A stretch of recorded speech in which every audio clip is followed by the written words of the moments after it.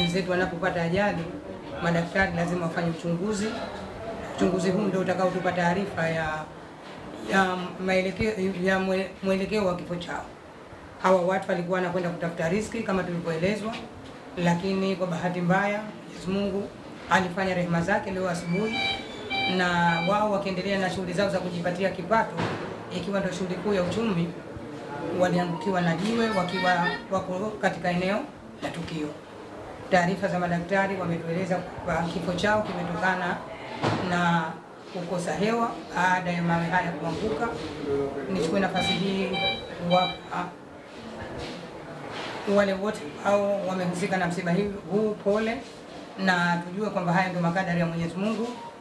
Wao wenyewe walikuwa hawakuwa tayari leo kutoka roho, lakini Mungu ndo alishaandika kwamba Mwenyezi Mungu awajalie kwamba siku yao hii ishafika.